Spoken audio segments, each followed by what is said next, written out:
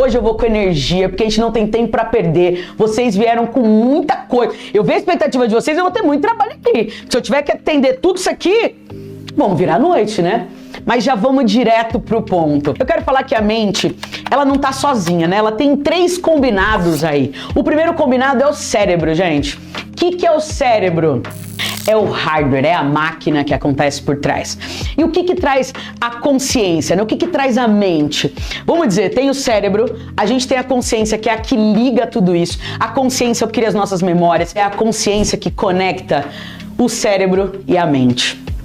Então, gente, eu quero trabalhar com vocês nessa consciência, porque é ela que vai fazer essa ligação da sua mente ser sua parça, porque o engajamento nasceu para isso, para nossa mente jogar a nosso favor. E aí a gente vai chegar na mente, que é o que comanda todos esses registros. Então, quando a gente traz o engajamento para esses 3 pontos, eu quero que você traga para você essa consciência. O nosso cérebro, gente, ele gosta de economizar energia, ele é preguiçoso, ele não gosta, ele quer automatizar os pensamentos. Então, quando a gente chega num sábado à tarde para fazer uma reunião com a gente, o nosso cérebro tá falando: ah, Fê, eu não tô acreditando num negócio desse. Quer estudar agora? Eu vou ter que gastar energia agora? Sim. A gente vai gastar um pouquinho de energia. E eu tenho certeza que tem algumas mentes que estão falando: não quero não. Pode ir aí que eu não vou fazer. O nosso cérebro, ele não gosta de novidade, ele não gosta de falar que ele não sabe. Então a primeira coisa que chega quando a gente fala do engajamento, tem muita mente que fala: eu não preciso disso. Porque o nosso cérebro não quer gastar energia, porque ele é preguiçoso, gente. Ele não quer ficar pensando muitas vezes na mesma coisa. Então, o que acontece dentro do nosso cérebro é chamado de ciclos de feedback. O que é isso? O nosso cérebro, ele começa a ter informação e ele tem que refazer, ele tem que ficar pensando naquilo. Então, sabe aquele negócio que você entra às vezes num ciclo de pensamento e você fica travado? Se você não desliga o seu piloto automático, você entra nesse ciclo de feedback e fica nele para sempre. Tem gente que fica preso uma semana, tem gente que fica preso 15 dias, mas tem gente que tá preso há anos ali em alguma coisa. Então eu tô chegando aqui hoje, criatura, para você ter consciência das coisas. Lembra que eu falei que é a consciência que conecta tudo? Então a gente precisa ter consciência para mudar as atitudes. E o ciclo de feedback do cérebro é exatamente isso. Ele vai pensar, ele vai analisar, ele vai ficar comparando. Então, o que a gente precisa fazer? Consciência nesse processo. Percebeu que o cérebro está comparando? Falou: opa, pera. E a gente muda uma atitude, a gente devolve para o cérebro uma nova atitude. Então eu queria chegar já de cara aqui no engajamento, para a gente ter um pouquinho de consciência do que acontece nisso tudo, para a gente colocar a nossa mente em ascensão. Porque tem 2 tipos de mente. O que é a mente descendente? É uma mente que ela não está pensando em evoluir, ela não está querendo crescer, ela quer controlar. Ela fica ali o tempo inteiro julgando as pessoas. Pá, isso aí, não acredito que você fez isso. Ai, nossa, não é isso legal. Fica reclamando o tempo inteiro, rotulando, comparando as pessoas. E aí fica só refém dos 5 sentidos. E aí, por que eu tô falando isso? Não estou entrando no mérito de religião, tá, gente? A gente não vai entrar nesse ponto. Mas já é cientificamente comprovado que a gente tem muitos sentidos além dos 5. Tem muitas pesquisas que falam dos 12 sentidos. E é algo que você já reparou que a gente não questiona? Falaram pra você tem 5 sentidos e aí é lei, pra sempre, escrito em pedra. E fala que a gente tá deixando de ter essa intuição. Gente, não tem como negar que tem coisas às vezes que chegam no seu coração que você fala: meu Deus, se eu tivesse ouvido. Mas como racionalmente a gente não dá bola para isso, a gente não treina a intuição. Então, a mente descendente, ela não treina a intuição. E pra gente treinar a intuição, a gente precisa ter consciência. Esses elementos que eu vou trazer aqui hoje para vocês, a gente vai colocar no caminho pra gente começar a falar: tô caindo aqui. A mente descendente, ela acredita só no tangível. O que não consegue ver e trazer em dados, ela fala: ah, não, isso aí, mentira. Não acredito, não. Porque essa mente, ela é muito inflexível. Uma mente inflexível, gente, não tem nada que entre nela. E aí, como ela vai evoluir? Então, se você tá nesse lugar, já falo pra você aqui, ó. Chegou seu dia. Hã? Vamos mudar, criatura? Quantas vezes você ficou preocupadíssimo com uma conversa? A conversa aconteceu, você falou: um mês sem dormir por conta disso? Eu fiquei um mês preocupada. E não precisava. O que é uma mente ascendente? Uma mente ascendente, ela, por estar solta, não tá querendo controlar, ela é mais veloz. Então a gente consegue agir mais rápido. A gente começa a tomar decisões melhores. E ó, o que ele fala que opera em milissegundos. Então, pô, Mário, eu preciso decidir melhor. É um treino, gente. Pra gente decidir melhor e mais rápido, é treino. Eu brinco, eu trabalhei 8 anos com um adolescente, né, em viagem. E eu sou uma pessoa, quando acontece coisas, tragédias, acidentes, eu sempre tô tranquila. Porque foi um treino. Outra coisa que ele fala disso de ser involuntário e automático. Onde que tá lidando? No começo, gente, a gente vai ter que fazer muitas escolhas, é o que vocês estão fazendo aqui hoje, um pouco mais mecânicas. O que é fazer escolhas mais mecânicas? Quando a gente fala de escolhas mecânicas, é que é forçado, não tá no automático. Sabe quando a gente aprende a dirigir? Então, primeiro, você vai ter que fazer forçado aquilo. Depois entra no automático. Então, pra gente ter uma mente ascendente, as primeiras escolhas, elas estarão no mecânico. Não tem como, a gente tem que ensinar o nosso cérebro. E a gente tá fazendo isso hoje, você tá se permitindo a gente ensinar. E aí, gente, a gente vai conduzindo o nosso cérebro, né? O cérebro mesmo, como eu falei pra vocês, ele não tem vontade, ele não tem intenção ou livre-arbítrio. Isso são as características da mente. E por isso que chama engajamento. Pegou? Não engaja o cérebro. Por isso que é muito engraçado quando a gente fala brainstorming. Não tem que ser um brainstorming. E a gente vai falar disso, tem que ser um mindstorming.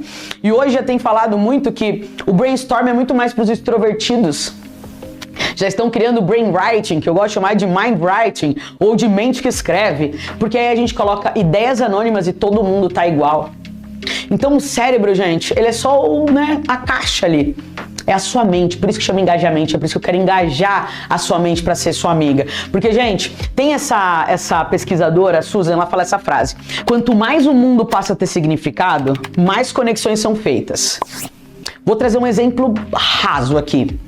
A gente vai num show. Você já viu a quantidade de celulares pra cima? Foi icônico agora no Ano Novo, que aconteceu lá em Paris, os celulares pra cima, e de fato foi aquilo, a gente tava lá. Um monte de celular. E foi até eu e a Carol, a gente teve uma tretinha no Ano Novo, porque começou a queima de fogos, ela filma, eu falei, não, eu quero ver. E é isso, a gente tem que criar conexão, significado, usando todos os nossos sentidos. Porque senão, gente, a gente tá cristalizando na tela. A gente não tá cristalizando na memória. E quanto mais significado o seu mundo te traz, mais conexões cerebrais você vai ter. Então, essas novas conexões, elas estão onde? No desconforto, gente. Pra gente gerar significado pro nosso mundo, a gente tem que trazer um pouco de desconforto. Então a primeira reflexão de hoje, porque se prepara que hoje vai ter reflexão aqui. A primeira que eu quero trazer pra vocês é, vamos então dar significado pra sua vida?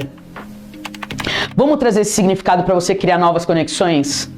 Hoje, falando assim, sem tempo pra responder, por onde você começaria a dar significado pra sua vida? Gente, quando a gente fala engajamento, não é a minha mente que é a protagonista aqui, né? É a sua criatura. Então, quando eu trouxer essas reflexões, para e responda. Não precisa, deixa eu pensar numa resposta linda para escrever um livro. Não. Eu preciso que você seja honesto com você, para que você aprofunde, porque a sua mente precisa de novas conexões, precisa de umas cutucadinhas para ela mudar, para ela sair de onde ela tá. E a gente vai começar pegando isso, trazendo uma informação que isso me chocou. E eu falei, não, eu preciso entender, eu comecei a ver algumas coisas. Gente, o nosso DNA, ele já tá projetado pra gente viver 150 anos. De 120 a 150 anos. Estão falando que as crianças que vão nascer em 2070 vão chegar em 150 anos.